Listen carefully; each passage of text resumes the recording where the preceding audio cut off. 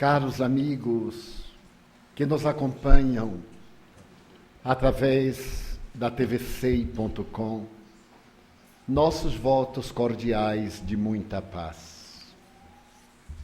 Aconteceu inesperadamente, naqueles mais de 600 anos, desde a lendária fundação do Império Romano, o templo da deusa Vitória tivera suas portas fechadas apenas uma vez. Isto porque essa ocorrência significava que o Império encontrava-se em paz. As guerras que alargaram os horizontes de Roma, desde o mar Tirreno, por todo o Mediterrâneo, pelo Egeu e pelas costas de muitos países, agora, quase que inesperadamente, apresentava-se em paz. E por isso mesmo, o templo da deusa Vitória, pela segunda vez, tinha suas portas cerradas. Este fenômeno peculiar causou estranheza aos historiadores do Império Romano, porque depois do fracasso do primeiro triunvirato, da morte de Antônio no Egito, demonstrando que o segundo triunvirato também terminava em um desastre, assomou à cabeça do Império aquele Caio Júlio César Otaviano, que se tornaria célebre e que daria ao século em que nasceu o seu nome. Isto porque Otávio, ou Otaviano, era um homem de complexão frágil, sujeito aos denominados golpes de ar que o levavam a resfriados continuados.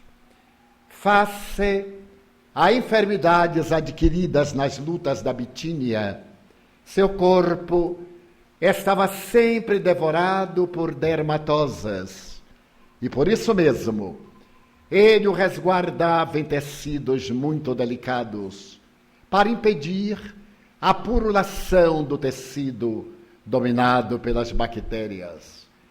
Mas este homem frágil apresentaria uma força inesperável, a do caráter, porque conseguira trazer as rédeas do Império Romano às suas mãos vigorosas, e porque naquele período a sociedade terrestre, ao invés de receber no seu seio almas atormentadas, como Alexandre Magno da Macedônia, Aníbal o cartaginês, Cipião o africano, ou mesmo César, o conquistador da África, agora recebia no seu seio homens notáveis, dedicados às artes, à literatura, à poesia, dentre os quais nós poderíamos recordar de Salústio, Tito Livio,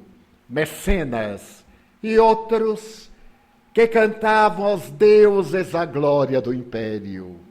Muitas vezes, nas solenidades na Via Ápia ou no Foro de Roma, o jovem e nobre imperador comovia-se até as lágrimas ao escutar os versos notáveis que exaltavam Roma, mais ou menos nas seguintes palavras: ó sol formoso, que diariamente enches o dia de luz, que na tua jornada de um lado para o outro da terra nunca possas ver nada que se equipare ao Império Romano. Na tribuna de ouro, Otaviano deixava-se dominar pelas lágrimas, porque ele havia compreendido que a felicidade de um povo independe dos decretos que se quisaram a respeito da ordem e das leis de justiça. O exemplo da dignidade de um povo deve originar-se nas altas cortes, especialmente naquela época no Senado, na cabeça das legiões, entre os governantes, para que o seu estoicismo e a sua nobreza servissem de diretriz para a massa popular, para o patriciado, a nobreza e também para a ralé. Ele havia dado exemplo dessa nobreza, porque ao tomar conhecimento que a sua filha entregava-se às alucinações do sexo em plena casa imperial, a sua mão nobre não tremeu ao mandá-la para o exílio na ilha da Pandatária, na Grécia. E quando mais tarde sua neta deixara-se sucumbir pela vulgaridade, o imperador encandecido, apesar de ter lágrimas nos olhos, também decretou o seu exílio para que o povo soubesse que no seu governo a dignidade tinha prevalência. Numa das oportunidades, ele veio a saber que a imperatriz dedicava-se a experiências de venenos, fazendo que escravos fossem submetidos às experiências macabras, para poder utilizar desses tóxicos que não deixassem marcas nos seus inimigos políticos.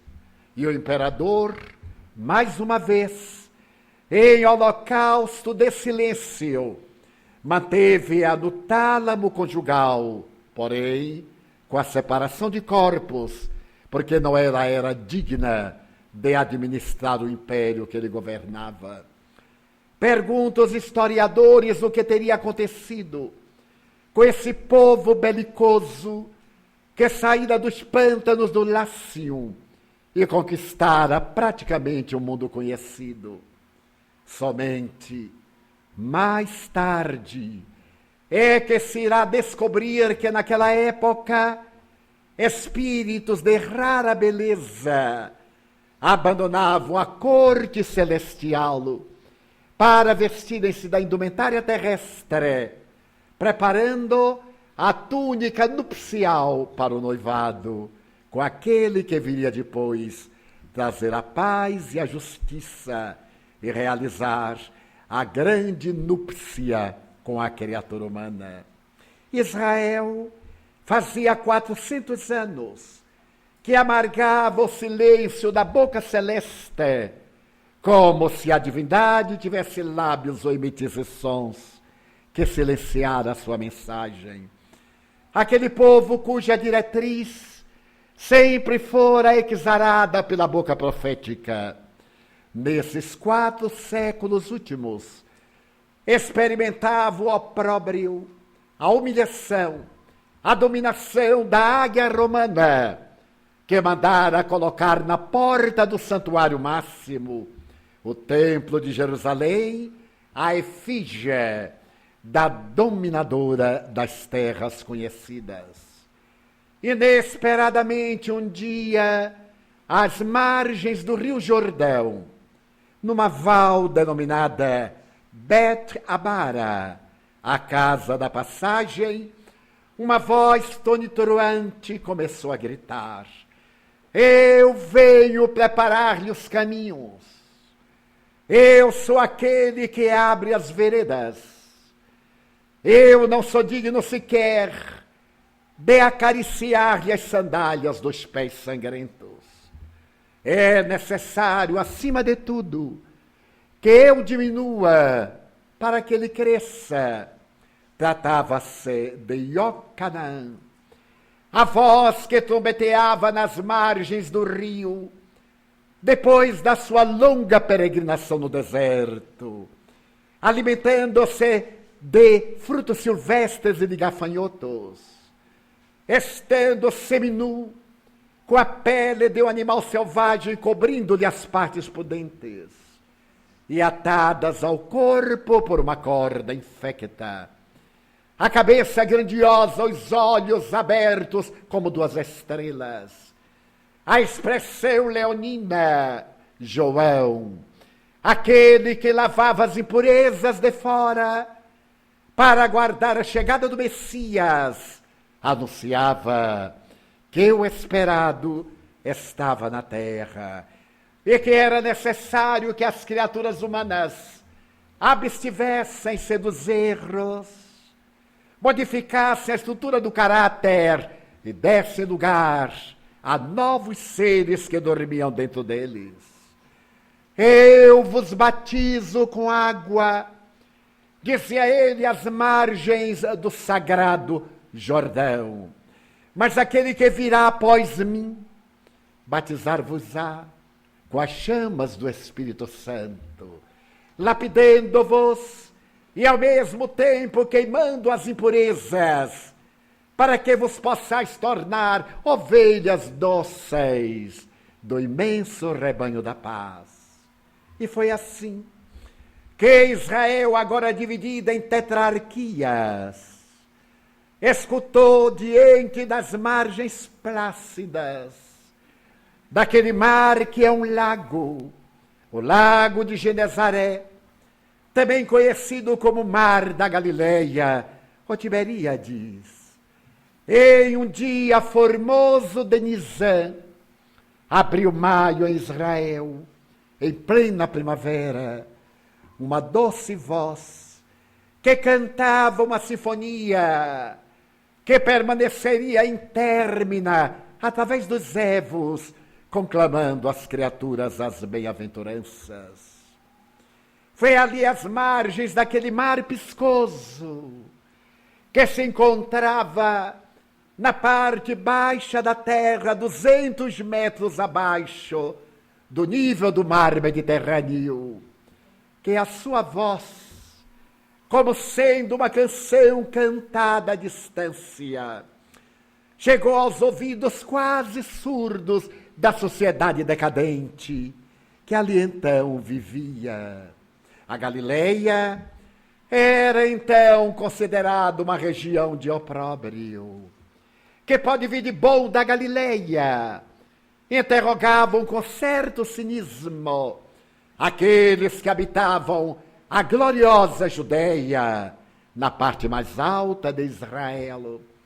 A Galileia era a região dos pescadores, dos agricultores, das pessoas simples que amavam a natureza. E por essa razão o Messias preferiu a alma dúctil do povo para poder incrementar em cada coração o desejo de ser melhor e esculpir na alma as boas novas de alegria. Perguntava-se por que poderia vir da Galileia aquele que era o profeta, se Israel estava saturada de falsos profetas. Que poderia ele trazer de novo? Quando então o Sermão da Montanha mudou as estruturas do pensamento terrestre, dando lugar a uma nova ordem sociopsicológica, porque até aquele dia inolvidável, diz um dos discípulos que, subindo a montanha, ele parou e falou à multidão. Outro, no entanto, diz que descendo a montanha, ele parou e falou à multidão: que importa se ele descia ou se ele subia? Importa que, parando em determinado lugar, ele abriu a sua boca e cantou a sinfonia de bênçãos. Até então acreditava-se que herói era aquele que vai para o campo de batalha e se destaca no solo juncado de cadáveres. Que vencedor é aquele que esmaga os que se lhe opõem. A partir daquele momento, houve uma alteração radical nesse sentido sociológico, porque herói deixou de ser aquele que se põe acima dos miseráveis que tombaram, para caracterizar aquele que tem a coragem de enfrentar no campo de batalha interna os vícios, as paixões asselvajadas e superá-las com sorriso de alegria, sem as marcas do pessimismo nem da angústia. Vencedor deixou de ser aquele que esmaga os outros para ser aquele que se vence a si mesmo. Porque vencer os outros é muito fácil. Pode-se vencer outrem através da calúnia ou de uma bala, com o punhal ou com a maledicência, através da traição ou da infâmia. Mas para vencer-se a si mesmo, é necessário possuir o estoicismo de autopenetrar-se e arrancar do coração as sementes sublimes de luz para poder aquecer-se ao sol da verdade de dentro para fora. Então havia chegado Jesus, aquele doce e suave profeta, poeta, cantor das margens plácidas do Tiberíades, sensibilizava as almas que se lhe acercavam. Assevera o espírito Joana de Ângeles que ninguém ficaria o mesmo depois de manter um contato com ele. Por mais breve fosse esse contato, aquele que se lhe acercasse saía totalmente modificado, iluminado pela sua presença magnética e transformado no cerne do ser que é cada um de nós. Então era natural que a notícia corresse de boca a ouvido a boca e que as multidões esfaimadas de paz e de pão, com sede de justiça e da linfa do amor, acorressem pressurosas às regiões por onde ele deambulava. Era singular esse homem de Nazaré, que, no entanto, havia nascido na província de Belém, nas cercanias de Jerusalém, a terra de Judá. Segundo os melhores biógrafos, ele deveria ter um corpo esguio, variando de 1,75 m para 1,78 m. A cabeleira era abundante a nazarena, equivale dizer que partida ao meio caía-lhe em madeixas sobre os ombros magros. A barba jamais rasurada antes também descia-lhe pelo tórax magro. Daquele rosto angulhoso, a testa larga e os olhos, 2 estrelas no céu da face, brilhantes e penetrantes, estavam amparados pelos zigomas salientes, as narinas arfantes e a expressão de ternura e de misericórdia. Era sempre assim que ele atendia aos necessitados que o buscavam. A indumentária era tecida sem costuras, na roca da sua própria mãe, invariavelmente no tom dos tecidos cinzentos, invariavelmente seguindo a tradição, com um manto azuláceo, colocado da direita para a esquerda. Mas este homem, cuja presença irradiava tranquilidade e harmonia, por onde passava, deixava o rastro luminoso da sua misericórdia. As multidões buscavam-no na expectativa de terem solucionados os seus problemas. Como hoje, os mesmos problemas das afecções, das infecções, das paralisias, das alucinações, das degradações da alma, que se apresentam como feridas que exteriorizam a putrefação da inferioridade humana. E ele, misericordioso, distendia a generosa mão e fazia que os tecidos recuperassem-se, produzindo a aceleração atômica das partículas que os constituíam, produzindo-lhes a imediata renovação. A voz era meiga e penetrante, mesmo quando se fazia necessária a energia e o reproche, porque ele representava a perfeita harmonia entre os arquétipos a que se referirá mais tarde Carl Gustav Jung, a ânima e o ânimos. Em determinado momento, diante da mulher surpreendida em adultério, que lhe foi levada para que ele se contradissesse, seus olhos penetrantes invadiram aquelas almas espúrias dos julgadores, enquanto lhe atirando a mulher aos pés, diziam, eufóricos e cínicos, ei-la que foi surpreendida em adultério.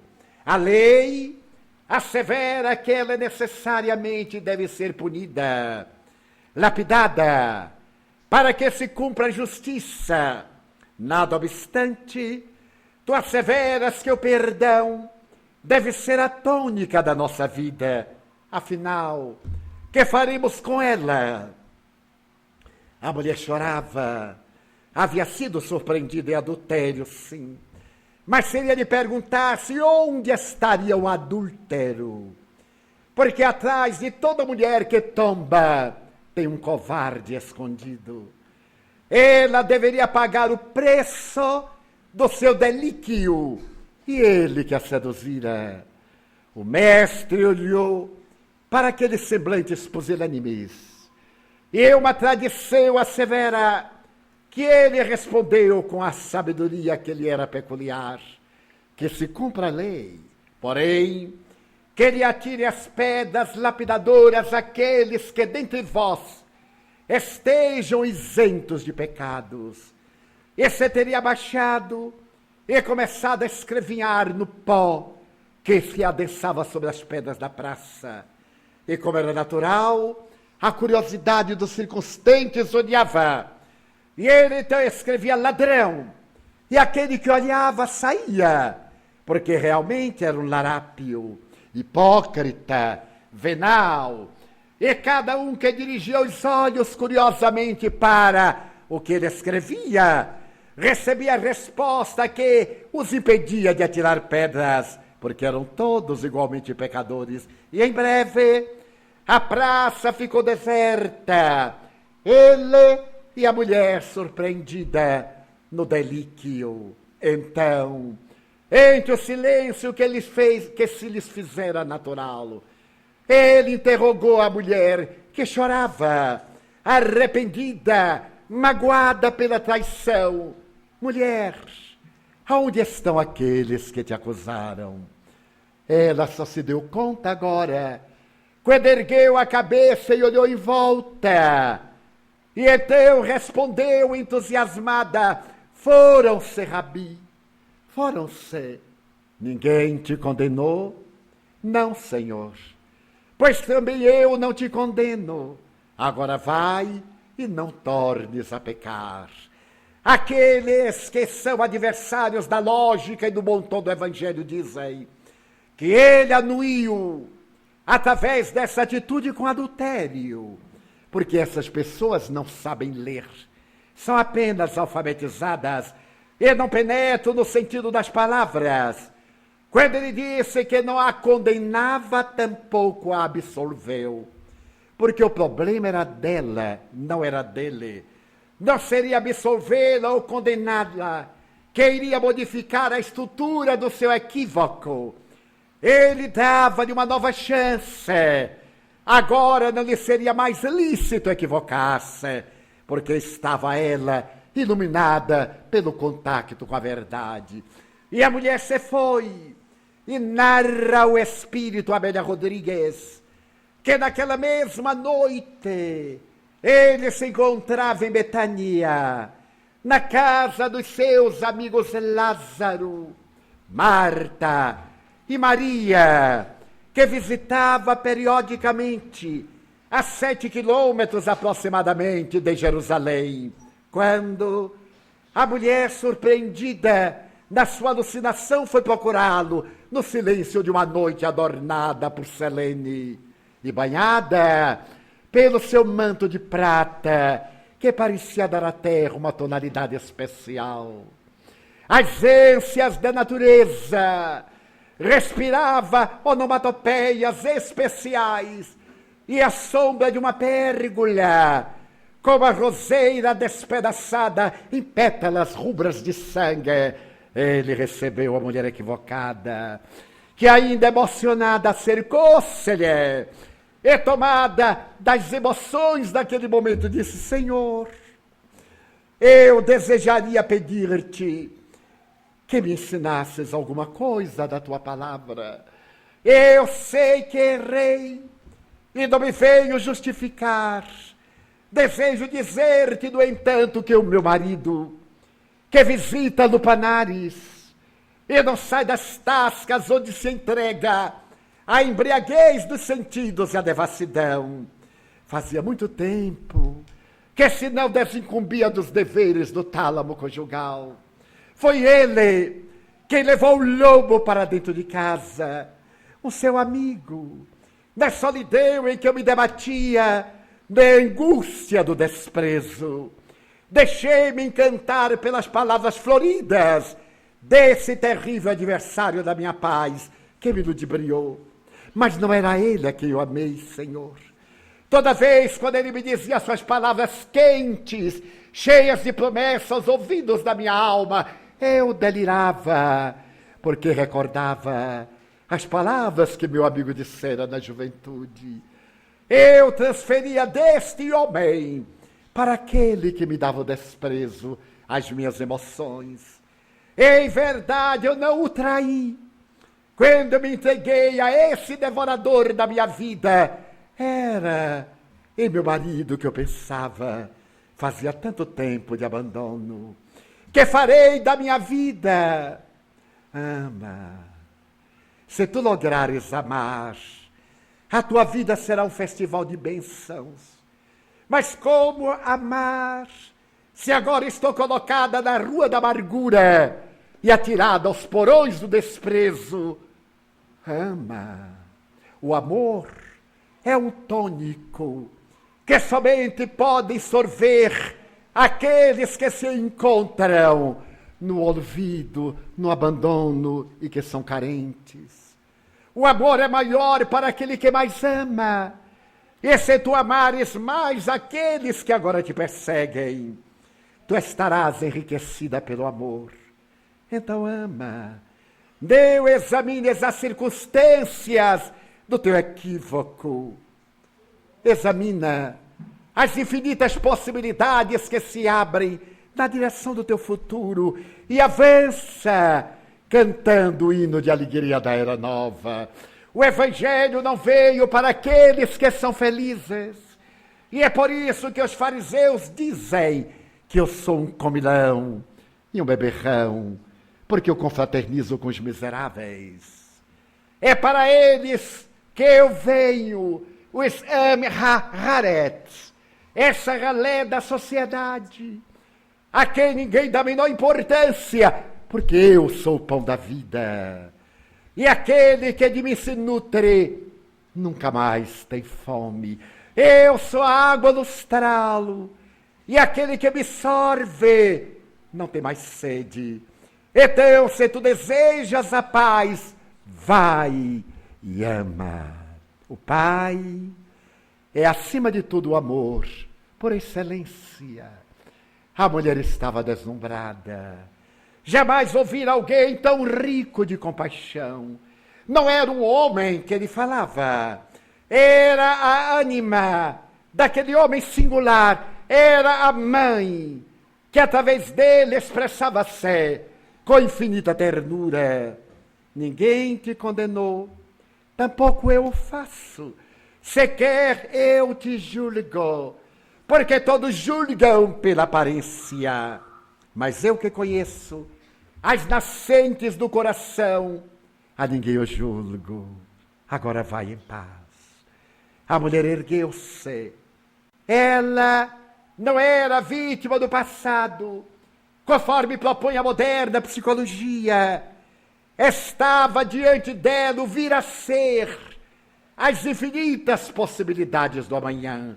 Levantou-se, e quando a alva chegava a Jerusalém, A mulher, surpreendida em adultério, tomava dos seus mínimos pertences e ganhava as estradas na direção de terras longínquas.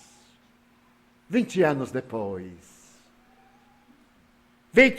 depois, em uma região quase inóspita, uma mulher agora amadurecida, marcada pelas cicatrizes do amor não amado, das experiências não coroadas de bênçãos, lavava as exulcerações de mendigos e de enfermos que transitavam pela estrada que levava na direção do mar. Ali, uma casa tosca, de amplas proporções, acolhia os miseráveis que deambulavam por toda parte, mercadejando as suas necessidades. Foi em plena invernia que lhe trouxeram o homem marcado pelas asperezas do sofrimento, devorado pelas febres do deserto. Poder-se dizer que talvez fossem as febres palustres, então desconhecidas. Aquela mulher que havia erguido um lar para os que não têm lar, e que falava docemente de um carpinteiro que viera esculpir nas almas os madeiros da libertação. Ela o recebeu com ternura infinita, percebendo que ele delirava.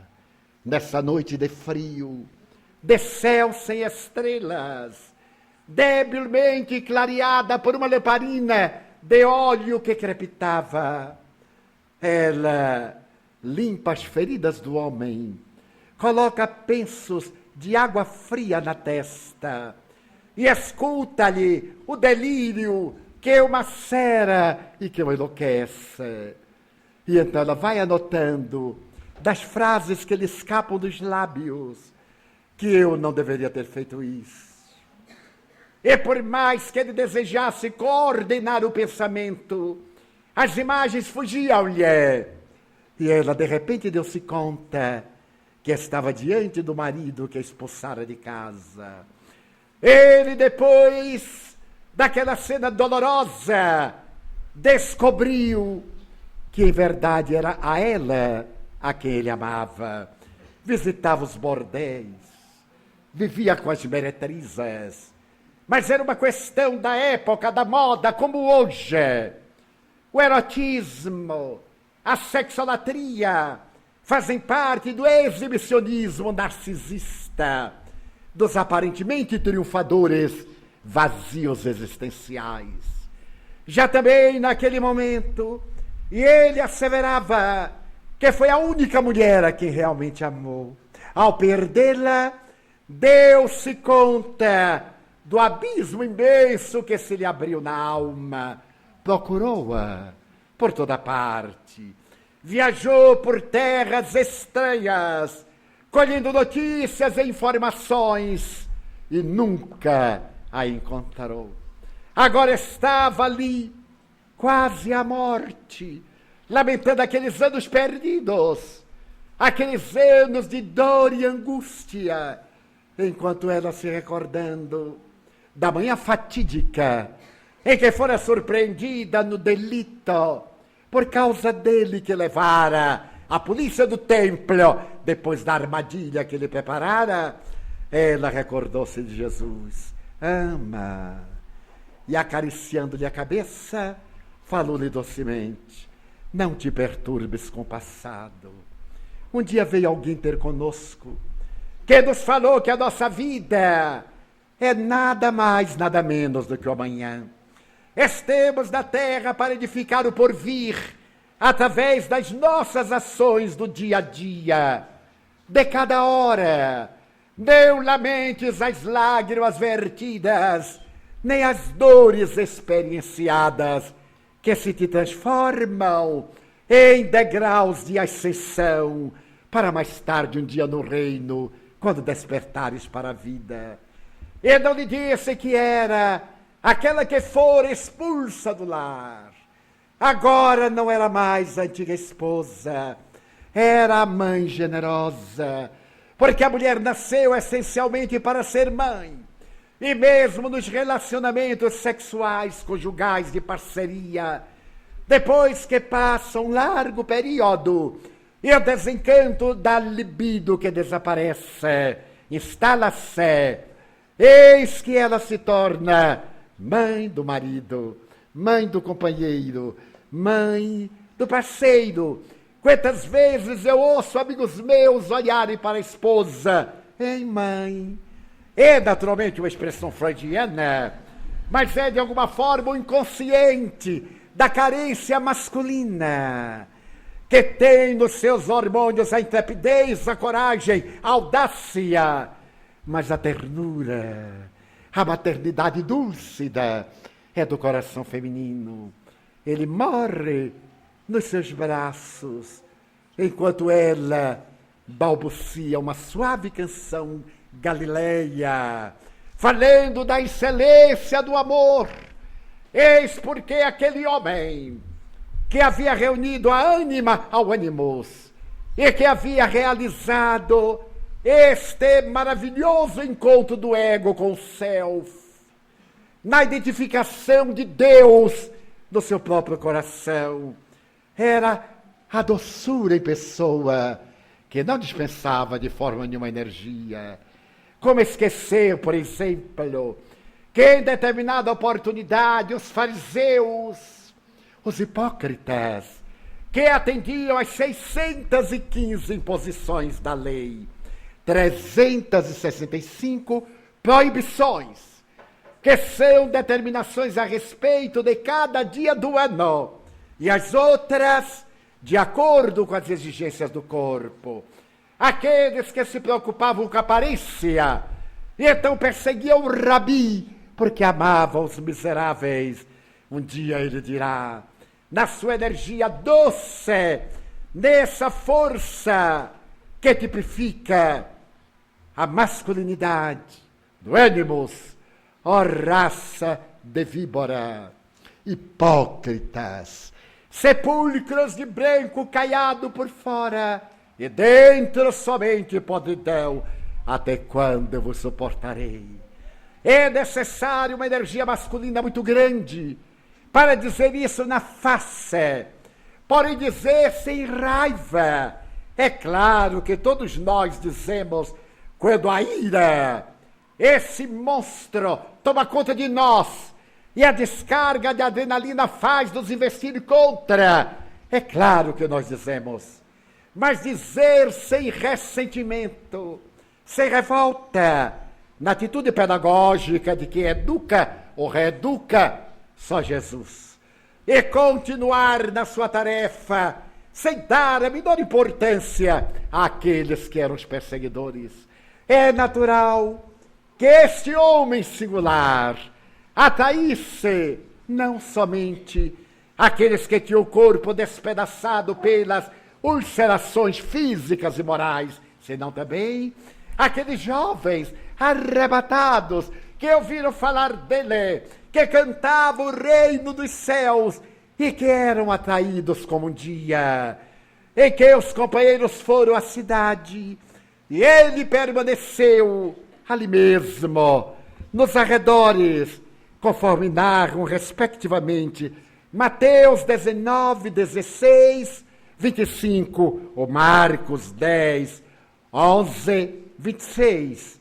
A história do moço rico, quando o céu estava coroando-se de estrelas pelo declinar do sol, e o leque de plumas coloridas havia batizado as nuvens que corriam céleres no poente, enquanto a terra respirava suavemente o odor primaveril. Eis que um jovem passa, carregando na mão um cabaz de uva. Era um jovem príncipe, e o vê em pé naquela pérgola romana, aquela atitude nobre daquele homem que parecia uma labareda crepitante, ou uma espada nua, como o define Charlie Ash, o judeu que escreve sobre Jesus. O rapaz fascina-se, e fascinado volta-se-lhe, e lhe pergunta, bom mestre, que é necessário fazer para entrar no reino dos céus. 2000 anos transcorreram desde aquela noite festiva e ainda agora se pergunta que é necessário fazer-se para entrar-se no reino dos céus. Ele suavemente olha o jovem e o ama e redargui: a ninguém chames de bom, porque bom somente é meu Pai. Bom somente é Deus. Mestre, sim, porque eu sou. O que é que está escrito na lei? Que é que prescreve a lei? A lei prescreve que é necessário honrar pai e mãe. E eu faço. Não matar, jamais o fiz. Não roubar. E então o jovem declina os mandamentos mosaicos. E diz: tudo isso eu faço. Será que isso me basta? E o mestre sorri para o jovem e completa: não te basta. Uma coisa te falta. Vai, vende o que tens, dá-o aos pobres. Vem e segue-me. Ainda hoje, o jovem oscila. É um momento grave na historiografia da sua vida. Ele parece tremer, o cabaz de uvas solta-lhe da mão. Uma uva arrebenta-se no pó e faz um pequeno poço de lama. Então diz: mas, Rabi, eu seria capaz de doar tudo que eu tenho. Herança de meu pai. Em verdade, eu não trabalhei para acumular. Mas amanhã teremos em Cesareia de Filipe, ali, uma grande corrida de quadrigas. E eu sou o mais hábil dos candidatos. Desejo humilhar os representantes gregos e romanos. Desejo representar Israel com a minha quadriga e os meus cavalos árabes. Eu os vencerei, eu os humilharei e depois das glórias e da ufania, eu virei seguir-te. Porque tu dizes algo que me fascina. A noite continuava serena. E o mestre, que está diante de um candidato jovem, diz-lhe com ternura: não amanhã, hoje. Mas, Rabi, eu tenho um compromisso. O mestre sorri, porque todos estamos comprometidos com a ilusão, com o prazer, com a utopia. Raros estamos comprometidos com a verdade, com o dever, com a renúncia, com a abnegação. E eu deverei desincumbir-me desse dever. Eu venderei tudo, darei aos pobres se for necessário. Mas deixa-me participar da corrida de quadrigas amanhã. Hoje, porque amanhã será tarde demais. O jovem oscila como um pêndulo de relógio e lembra-se que naquela noite ainda, logo mais, ele deve participar do banquete e que serão conferidos títulos de honorabilidade aos competidores hebreus. E lamenta, o seu tempo urge, a atração do mundo, o fascínio do homem. E então, a passos lentos, ele se afasta e parece escutar da acústica da alma: hoje, porque amanhã será tarde demais. No dia seguinte, quase 50.000 espectadores estão no imenso campo em que Roma mandara erguer na cidade de Cesareia, em homenagem a César. A corrida começa. O jovem está à frente com as mãos seguras às rédeas. Ele tem os músculos retesados. A alma está expectante. A curva é fechada. E a fazer uma daquelas inúmeras voltas, um outro carro bate a sua na roda do céu. E ele é atirado à distância, à frente. Os animais atropelam-no, os carros que vêm atrás pisoteiam os cavalos e despedaçam-lhe o corpo. E quando ele está fremente nos estertores, ele parece ouvir na acústica da alma: hoje, amanhã será tarde demais. Mas ele vê duas mãos alvinitentes, distendidas. Vem ter comigo. Eu tenho vencido o mundo. E arrebatou-lhe o espírito para novas experiências. O evangelista Marcos assevera que os apóstolos, quando voltaram da cidade naquela noite, encontraram-no melancólico mais do que de outras vezes.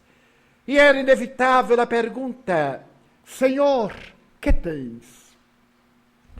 Em verdade vos digo que é tão difícil no rico entrar no reino dos céus. E a célebre frase: é mais fácil um camelo passar pelo fundo de uma agulha do que um rico entrar no reino dos céus.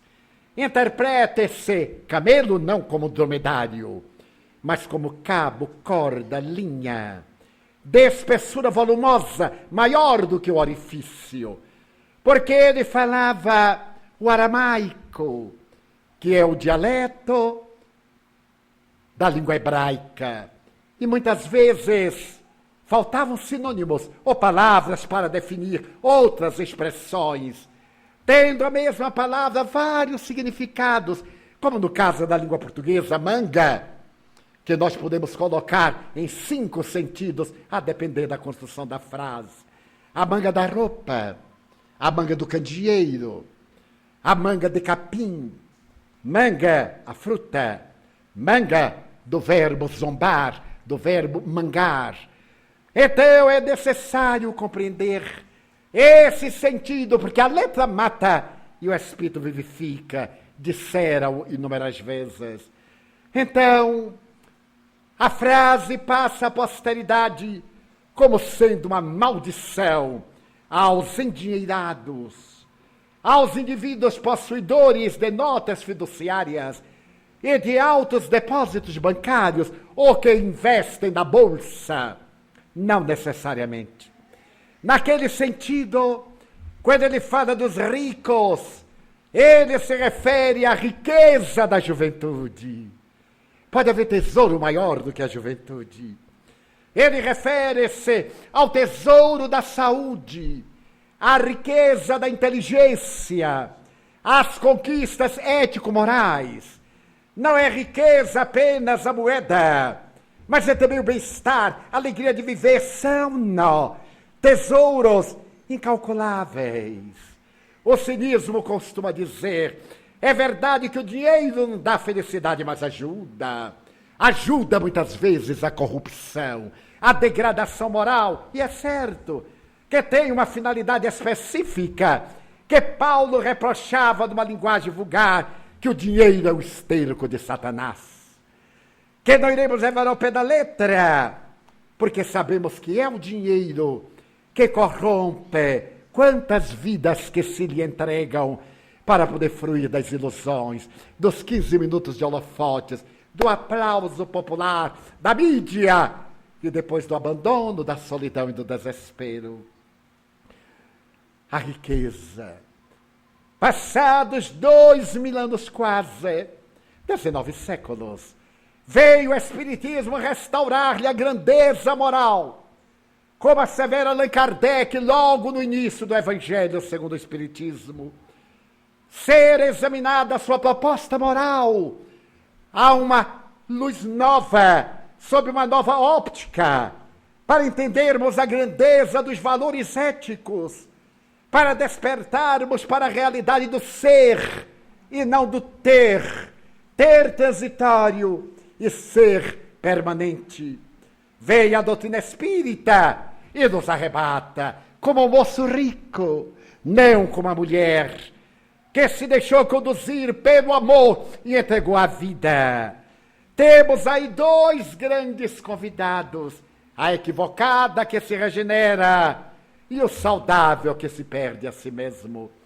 É nessa conjuntura que nós, convidados pela doutrina libertadora, abraçamo-la, entusiasmados. Eu me recordo dos anos juvenis que aqui foram relatados, daquele já remoto 1947, quando tomei conhecimento com a doutrina espírita, porque médium desde os 4 anos e meio, e espírita somente 20 anos depois, que o espiritismo penetrou a minha alma e me despertou. Meu entusiasmo era tal que eu já andava com as mãos nesta postura para fazer a caridade.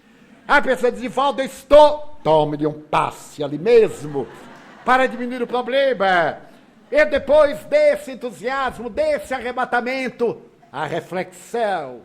Como diria mais tarde, na sua renovação, Santo Agostinho, o cair em si, o amadurecer da ideia, a iluminação interior, para poder valorizar a grandeza da doutrina, a responsabilidade, como nos fala o senhor presidente, a dedicação à causa.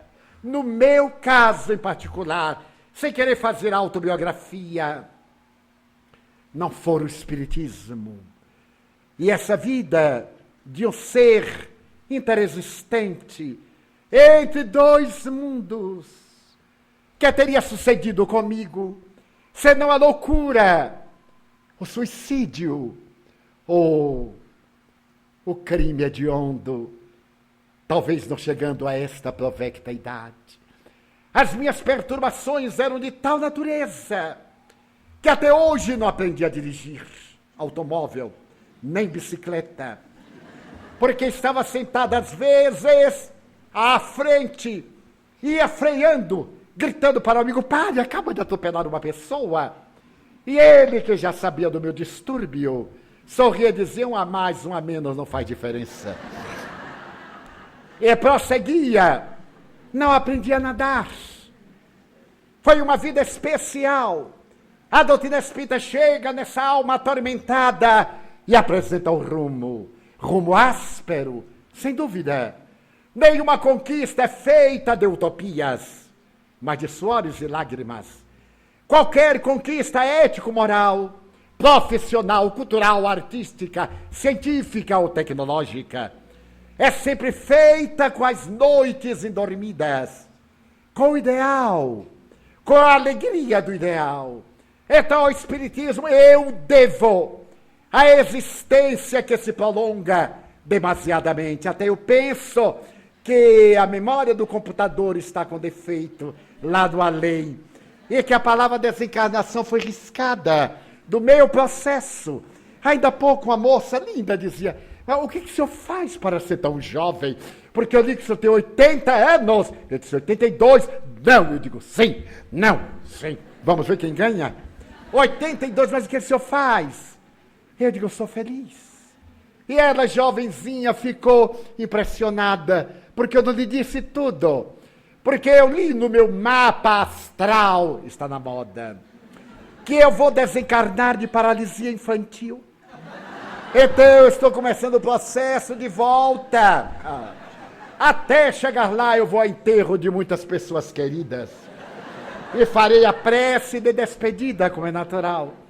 Então eu devo ao espiritismo a felicidade de haver-me retirado o véu da ignorância, de alargar os horizontes e ter me ensinado o sentido da palavra amor e a expressão kardeciana da caridade. Então o que ocorre? A responsabilidade diante do compromisso espírita. Os espíritas temos um compromisso com a doutrina que abraçamos. Ser espírita é uma responsabilidade muito grave. E é por isso que muitos dizem: ainda não sou espírita, tenho muita vontade de ser. Nem na outra encarnação vai ser, vai ficar na vontade.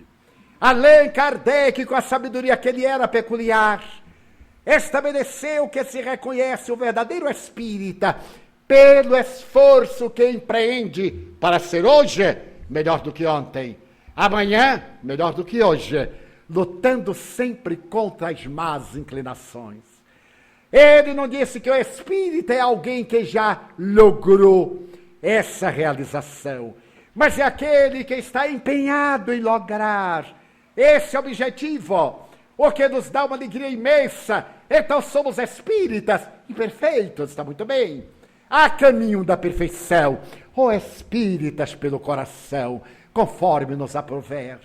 Vivemos uma hora grave, em que o mundo espiritual inferior dirige as suas baterias contra os arraiais iluminados da doutrina espírita, para gerar confusão, para poder colocar apêndices perturbadores na sã doutrina, que não tem espaço para complementação. Eu já ouvi pessoas atrevidas, no sentido intelectual, dizerem que Allan Kardec está superado. E eu lhe fiz umas 5 perguntas sobre Allan Kardec. E ele não respondeu a nenhuma. Ele está realmente superado pela sua ignorância. Porque você não leu. Eu não me refiro ao verbo estudar. Você não leu, porque são questões elementares. Então qualquer novidade que lhe chega é fantástica, é agradável, é notável. É solução, porque você ignora a solução espírita, que está dentro de nós, a transformação do ser antigo no homem novo. Então surgem a cada momento acréscimos ditados por espíritos burlões, que se aproveitam da nossa ingenuidade, ou que se aproveitam da nossa infantilidade para nos trazerem modismos. Nestes 62 anos de lida espírita, quantos modismos! Então nós vemos aqueles outros que são os puritanos, mas eu sou espírita kardecista. O espiritismo não tem adjetivo qualificativo. Eu sou espírita. Porque se é kardecista, é porque existem outros que o não são. E como a palavra espiritismo foi cunhada por Allan Kardec, espiritista, espírita, como se queira, também são expressões por ele cunhadas. É espírita aquele que acredita nos postulados básicos da doutrina espírita, que tem a crença em Deus, na imortalidade da alma, na comunicabilidade dos espíritos, na reencarnação, na pluralidade dos mundos habitados, no Evangelho de Jesus é Espírito e verdade, conforme ele e os seus primeiros discípulos o viveram. Este é espírita, que pratica as propostas exaradas em o Evangelho segundo o Espiritismo e apresentadas em o Livro dos Médiuns, em cujas faculdades nós encontremos a ponte que nos faculta o intercâmbio entre o mundo espiritual e o mundo material. Então o Espiritismo é doutrina que não tem ritos, que não tem cerimoniais, que não tem sacerdócio organizado, que não tem. É a doutrina, é a religião cósmica do amor, que não tem representantes nem intermediários. É a nossa consciência que um dia se desvela, porque é na consciência que está escrita a lei de Deus. Questão 621 do Livro dos Espíritos. Então nós temos o dever de preservar essa doutrina conforme a recebemos das entidades venerandas da geração que sucedeu Allan Kardec.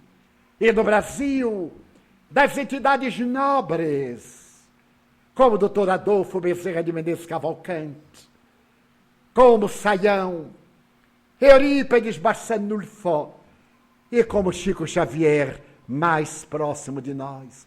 No dia em que eu te disser algo que discrepe do que está escrito por Allan Kardec, falou-lhe Emmanuel, deixa-me de lado e segue Allan Kardec. Então nós temos um compromisso com a pureza da doutrina. Não me refiro aqui à pureza exterior, mas à preservação dos postulados espíritas, transformando as nossas vidas, sem nos deixarmos iludir pelos rituais, por algumas novas propostas apresentadas como mágicas, como se estivéssemos voltando à Idade Média, em busca do sobrenatural, do mágico, do extraordinário. O Espiritismo é a doutrina da razão. Então é melhor refugar 10 verdades a aceitar-se uma mentira, porque eu não aceitar a verdade é muito bom. Não prejudiquem muito, mas a mentira que se corporifica é muito grave pelos danos que proporciona. Então é natural que nesta casa dedicada ao Espiritismo, há várias décadas, preservemos a grandeza da doutrina que nos traz a figura de Jesus de volta, para que ele caminhe pelas avenidas tortuosas da atualidade ao nosso lado, para que ele saia da cruz em que o imolaram e o mantenha atado, como se toda a sua vida fosse aquela semana, aqueles dias da paixão, da amargura. Assevero, meus benfeitores espirituais, que a paixão de Cristo não foram aqueles dias, a começar do beijo de Judas, ao momento de que estaremos na cruz. A paixão de Jesus somos nós. Ele nos ama. E nós vamos encontrar numa bela carta de Paulo, nós o amamos a Deus, porque Deus nos amou desde antes. E amamos a Jesus, porque antes que nós fôssemos, ele já era, conforme o enunciou. Então é necessário que façamos uma reflexão e que nos perguntemos o que é que eu tenho feito da minha postura espírita. Eu terei assumido a possibilidade de ser como aquela mulher que foi para terras distantes e abriu uma casa de amor, ou eu deixei-o aguardando para poder ir à corrida de quadrigas. Ninguém pense que desejamos que voltemos àqueles dias longínquos em que se abandonava a civilização para fugir do mundo. De maneira nenhuma o ascetismo tem lugar dentro do movimento espírita. Estamos no mundo e deveremos viver no mundo, mas não usarmos das técnicas do mundo para podermos triunfar. Usarmos as técnicas do Evangelho para nos realizarmos como heróis de nós mesmos. É necessário que estejamos no mundo para que a nossa seja uma vida de exemplo. E aqueles que nos conheçam digam, mas eles são cristãos. Mas porque você sabe, porque muitos se amam. Será? Às vezes, eu corro o perigo de abrir a internet. Tenho muito pouco tempo, tenho pouquíssimo tempo. Mas vem uma tentação, uma curiosidade. E abro uma sala, aliás, um cortiço. E vejo as discussões contra, a favor. Lá estou eu, exaltado, condenado, criticado, perturbado, perseguido e totalmente inocente. Como esquecer um dia que casualmente um amigo mandou um site e disse, Valdo, abra, você está lá. Eu acho tão bonito abrir um site. Tem outro nome que eu não me lembro. Então eu abri o tal do site e um jovem com arrobo dizia, eu detestei a conferência de Edivaldo Franco. E aí falava horrores da conferência. Saia aos 15 minutos. Quer dizer, ele não ouviu a conferência. Ele só ouviu a proposta. Mas como deve ter afetado, ele foi embora para não ver o resto. Porque toda conferência tem uma proposta, uma discussão e uma conclusão. Às vezes começamos até com a proposta negativa. É uma das técnicas. Muito bem. E então ele disse isso, disse aquilo, fui embora. E o homem disse tanta coisa sobre mim e de mim, que eu disse, mas será que eu fiz essa conferência? Eu proferi tudo, é mais ou menos gravado. Ele disse, vou procurar. E como ele dava mais ou menos as dicas, eu telefonei a este, aquele, consegui a tal da conferência malsinada. E fui ouvir, não tinha nada daquilo. Mas bem, acalmou. Na mesma semana, eu estava em uma atividade em Santo André, numa creche. Passo o dia para atender os amigos, para conversar. E vem um grupo de jovens. Então um deles diz assim, seu Edivaldo, nós é que somos de uma sala. Eu olhei a sala. E ali estavam. E então nós discutimos muito a doutrina na sala e tal. Eu digo, olha, já que vocês me falam de sala, eu posso ser seu avô, tanto biológico como avô espírita, tetravô, quadrivô, quindivô, o que for. Então, permita-me dar uma sugestão, à guisa de conselho. Não use a internet para detratar de ninguém. O mundo está cansado de tanta coisa espúria. Seja você quem dá uma mensagem de esperança. Transcreva uma página de um livro nobre da codificação, de um autor preferido. Há poucos dias mesmo, mandaram-me um site, eu abri, e um jovem falava horrores de mim. Eu então tentei conseguir a conferência para ver se ele tinha razão e aceitar a sua diretriz, porque ele podia dizer a mim e não colocar no ar para eu não saber nunca, que é uma grande covardia. Escrever contra alguém que ele nunca vai saber, porque como ele não está na sala, ele está no quintal trabalhando. Então, aproveitem, porque um leigo abre e diz, meu Deus, como eles se detestam fraternalmente, como se odeiam sorrindo, que coisa, não vou me meter nisto. Então aproveite. E aí eu voltei ao caso, eu digo, pois é, imagine que o rapaz dizia que saiu aos 15 minutos, que pena que ele não ficou até o fim, que não me deu a chance de justificar a minha postura e tal. Então eu notei que um jovem ficou muito pálido, começou a tremer, disse, seu Divaldo, fui eu. Aí fui eu quem ficou pálido. Eu disse assim, você, meu filho, pois então eu vou ser muito franco, você foi perverso e foi covarde. Porque se você fosse um bom cidadão, e como você vai ser mais tarde, seu primeiro dever era comunicar-me a mim, porque fui eu quem falou, fazer as suas objeções, pedir esclarecimentos que eu tenho obrigação de lhes oferecer. Mas se ir para uma sala mentir, porque é tudo mentira, não é, meu filho? É sim, Senhor. Então, o que foi que isso lhe rendeu? Acusar-me. Eu continuo mesmo. E você, durante uma boa temporada, vai ficar com um conflito desnecessário. Porque está vendo como o Senhor da vida é. Trouxe você, que não gosta de mim, para eu poder lhe aconselhar o bem. E então falei disso muito bem. Mas seu passado, como é seu nome? Fulano, vamos começar a vida nova. E nos abraçamos. Então nós deveremos amar realmente. Se o companheiro cai, se ele erra, ao invés de divulgar o erro, demos-lhe a misericórdia, a compaixão. Ele não necessita de apedrejadores, mas de uma nova oportunidade. Aquela mulher não precisava da lapidação, talvez o marido sim, porque ele foi o responsável intelectual. Ele é que não cumpriu com seu dever. Ela foi vítima de si mesma e das circunstâncias. E aquele jovem que teve a chance de acompanhar Jesus, optou pela fantasia de alguns minutos de glória, na sua quadriga que se espatifou e arrebatou-lhe o corpo físico. Então Jesus está de volta na doutrina espírita. É uma honra podermos dizer-lhe que o reencontremos, que ele nos chama mais uma vez, porque nós somos trânsfugas do dever, que agora retornemos à seara de luz, a fim de nos reabilitarmos. Há muita dor na terra e em nós. O vazio existencial devora o mundo.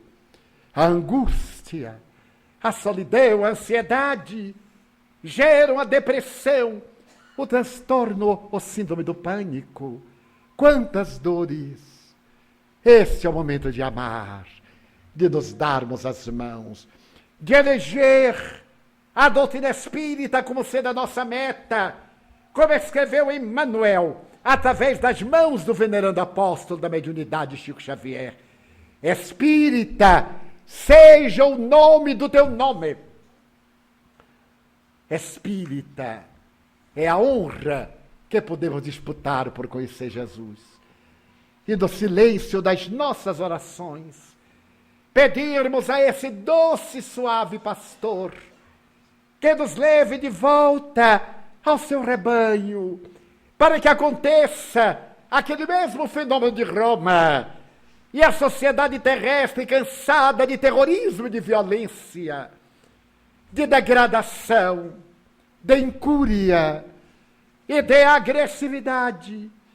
Passe a experimentar o vento generoso da nova era, quando espíritos nobres estão reencarnando-se, para que na metade deste século, possivelmente, atinjamos o clímax da mudança de mundo de provas e expiações para mundo de regeneração, e a linguagem do amor substitua o nosso verbalismo de tanta complexidade.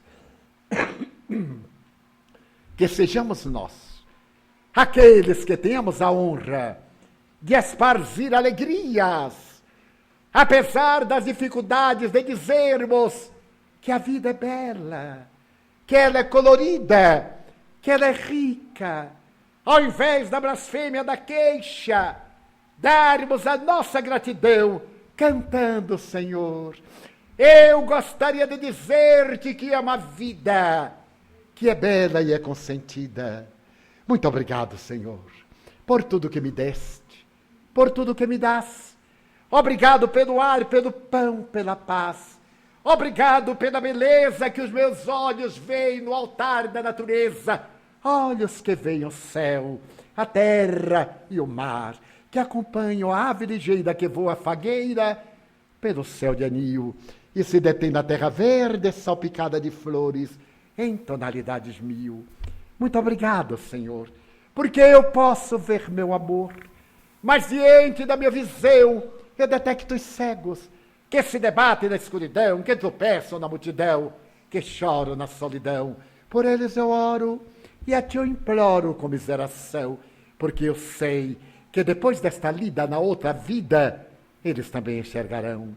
Muito obrigado, Senhor, pelos ouvidos meus, que me foram dados por Deus, ouvidos que ouvem a música do povo, que desce do morro na praça a cantar, a melodia dos imortais que a gente ouve uma vez e não esquece nunca mais, a voz melodiosa, canora melancólica do boiadeiro, e a dor que geme, que chora no coração do mundo inteiro. Pela minha faculdade de ouvir, pelos surdos eu te quero pedir, porque eu sei que depois desta lida na outra vida, eles voltaram a ouvir. Obrigado pela minha voz e pela sua voz, a voz que canta, a voz que ensina, que alfabetiza, que trauteia uma canção, que legisla, e que o teu nome profere com sentida emoção. Diante da minha melodia, eu quero rogar pelos que sofrem de afasia. Eles não cantam de noite, eles não falam de dia. Oro por eles, porque eu sei que depois desta prova, na vida nova, eles cantarão. Obrigado pelas minhas mãos, mas também pelas mãos que aram, que semeiam, que agasalham, mãos de ternura, que libertam da amargura, mãos dos adeuses, mãos que apertam mãos, mãos de sinfonias, mãos de cirurgias, mãos de poesias, mãos de psicografias, pelas mãos que atendem a velhice, a dor, o desamor, pelas mãos que no seio embalam o corpo de um filho alheio, sem receio, e pelos pés que me levam a andar sem reclamar. Obrigado, Senhor, porque eu posso caminhar. Diante do meu corpo perfeito eu te quero louvar, porque eu vejo na terra aleijados, infelizes, macerados, marcados, paralisados, que não se podem movimentar. Eu oro por eles, porque eu sei que depois desta expiação, na outra reencarnação, eles também bailarão. Muito obrigado, por fim, pelo meu lar. É tão maravilhoso ter um lar. Não é importante se este lar é uma mansão, um duplex, um bangalô, seja lá o que for, uma favela, um ninho, um grabato de dor, mas que dentro dele exista a figura do amor de mãe ou de pai, de mulher ou de marido, de filho ou de irmão, a presença de um amigo, alguém que nos dê a mão, porque é muito triste viver na solidão. Mas se eu a ninguém tiver para me amar, nem um teto para me agasalhar, uma cama para repousar, nem aí eu reclamarei. Pelo contrário, eu te direi: obrigado, Senhor, porque eu nasci. Obrigado, Senhor, porque eu creio em Ti. Pelo Teu amor, obrigado, Senhor. Pela Sua atenção, muito obrigado, Senhor.